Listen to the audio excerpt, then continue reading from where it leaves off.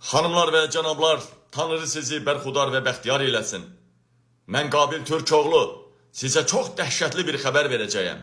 Məhz Azərseldən bağlı. Əziz həmvətənlərim, dəyərli soydaşlarım, yayımı dərhal bəyənin və paylaşın dostlarınıza, tanışlarınıza. Yazıqdılar. İnsanlarımız daha çox izləsin və mən deyənlərə riayət eləsinlər. Dərhal Azərseli boykot eləyin. Nə qədər ki həyatdasınız, nə qədər ki ayaqdasınız, həbs edilməmisiniz.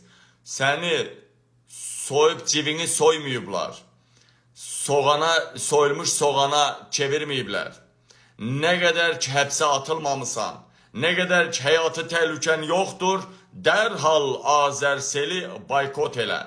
Mənim Azərseldə çox vəzifəli bir adamım var və çerez də olsa o adam mənə yazıbdı, məlumatlandırıbdı ki, xalqı məlumatlandırım. Yazıqdır Azərbaycan xalqı. Getdik. Bir neçə gündür ki, Azərsel qiymətləri qaldırdı. Misal üçün, əvvəllər 1 manatlıq kontur vuranda vətəndaşın nömrəsi 7 gün açıq olurdu. 1 manat vururdun, 7 gün aktiv olurdu. İndi isə 1 manata 1 gün aktiv olacaq. Yəni, bugün kontur, 1 manat kontur vurdun, nömrən açıq oldu. Sabahsı günü nömrənin açıq olması üçün yenidən kontur vurulmalıdır. Həmçinin internet qiymətlərində kəskin şəkildə Azərsel qaldırdı. Azərsel Prezident İlham Əliyevin qızı Leyla Əliyevanın şirkətidir. Azərbaycanda ən çox müştəri sayı da Azərselə məxsusdur. 4 milyondan çox müştərisi var. Bay. Dərhal boykot eləyin. Azərseli boykot eləməyənə indi ağır sözlər də deyəcəm. Biraz gözləyin. Qiymətlərin qaldırılma səbəbi budur ki, Azərselə yeni dinləmə və izləmə cihazları gətirilibdir. Bu cihazlar İsraildən gətizdirilibdir. Bu aparatlar vasitəsilə vətəndaşların danışıqları izləniləcək. Aparatlar çox bahalıdır. O aparatların pulunun bir hissəsi ödənilib, qalan hissəsi kredit kimi ödənilir. Yəni dünyada ən bahalı aparat, 100 milyonlar, milyardlarla qiyməti olan aparatlardan söhbət gedir. Bu sıradan elə belə aparat deyil. Bu aparat dünyanın heç bir ölkələrinə lazım deyil. Nadir ölkələr var ki, bizim İlham Əliyev kimi elə diktatura olan ölkələr, bu kölgəsindən qorxanlar, bunlara lazımdır belə aparatlar. Bu aparatların pulları, qalan pulları vətəndaşlardan tutulacaqdır. Məsələnin əsas tərəfi budur ki, vətəndaşların danışıqları necə izləniləcək? Gəlin bir baxaq. Aydındır ki, milyonlarla insanın hər gün danışığını izləmək, qeydə almaq mümkün deyil. Buna həm işçi sayı çatmır, vətəndaşların danışığını izləsin, həm də belə bir cihaz olmalıdır ki, bütün bu milyonlarla insanın danışığını yazma yaddaşına malik olsun. O boyda yaddaşa malik olsun. Lakin yeni aparatlar konkret şəxslərin danışığını qeydə alacaq. Aparatlar xüsusi ifadələrlə kodlaşdırılıbdır. Vətəndaş danışarkən özü də bilmədən həmin kod sözlərdən istifadə edəndə avtomatik həmin vətəndaşın danışığı qeydə alınacaqdır. Qeydə alınır artıq. Aparatlarda məsələn, İlham, Mehriban, Leyla, Sibriz, Prezident, Nazir, Bravo, Kapital Bank, Polis, DTX, İnqilab, Üsyan, belə şeylərdə aydın məsələ o da. Belə sözlər ora kodlaşdırılıb, o sözlər deyilən kimi avtomatik bütün danışıq qeydiyyata alınır. Yəni siz kimləsə danışarkən hər hansısa bir vətəndaş kiməsə zəng edir, telefon danışığı zamanı prezident sözü, İlham adı, Mehriban adı və s. Bayaq dediyim adlardan istifadə edirsə, bu ifadələri işlədirsə, avtomatik həmin vətəndaşın danışığı qeydə alınır. Bütün danışığı artıq qeydə alınır.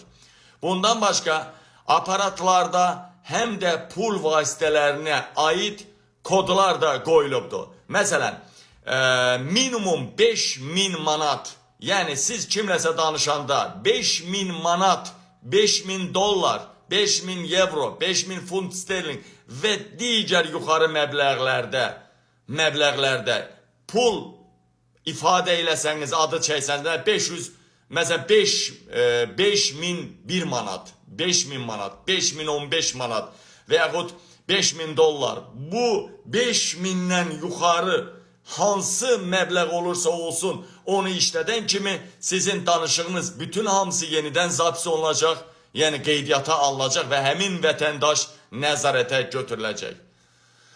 Deməli, dəyərli həmvətənlərim,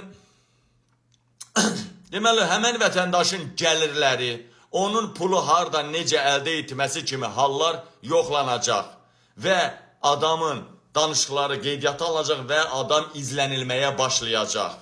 1 ay mı, 5 ay mı, 6 ay mı, həmən adam izləniləcək bütün danışıqları. Və deyil həmvətənlərim, ən əsası da o deməkdir ki, məsələn siz bir maşın alıb satırsınız, heyvan alıb satırsınız, ev satırsınız, nəsədən fərq eləmir.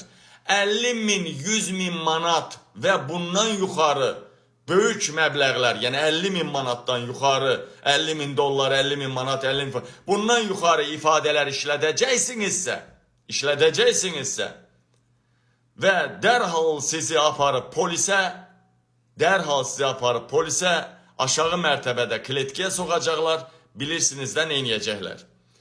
Vətəndaşları bu formada, vətəndaşların izlənilməsinə start verildi. Deyil həmvətənlərim, bilirsiniz ki, Putin, İlham Əliyev, Erdoğan bu kimi diktatorların ilkin hədəf olaraq sentyabr-oktyabr aylarında məhv edilməsi nəzərdə tutulub. İnşallah umarım ki, ilkin mərhələdə məhv edilərlər, deyil həmvətənlərim. Məhv edilməsə İlham Əliyev 5 illik sülh müqaviləsi başa çatır deyə məcbur İlham Əliyev müharibəyə başlayacaq. Üstəlik Putinin qırmızı cizgilərinə toxunulur. Gördünüz ki, şanlı Ukrayna ordusu Rusiya hərbi arsenalının 34%-ni bir neçə saata məhv elədi. 41-dən yuxarı təyyarə 7 milyard dollardan yuxarı hərbi hava qüvvələrinin inventarını, hava qüvvələrinin bütün sistemlərini, təyyarələrini məhv elədi. Və bu gün də şahid olduğunuz ki, Kerç-Krım körpüsünün əməlli başlı 2 dəfə hədəf aldılar. Çox bağlandı, təhlükəlidir daha.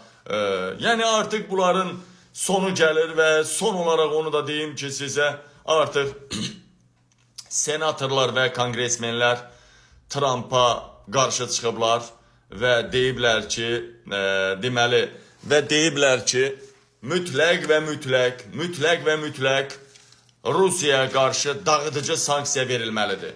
Əgər sanksiya verilməsə, nə olacaq?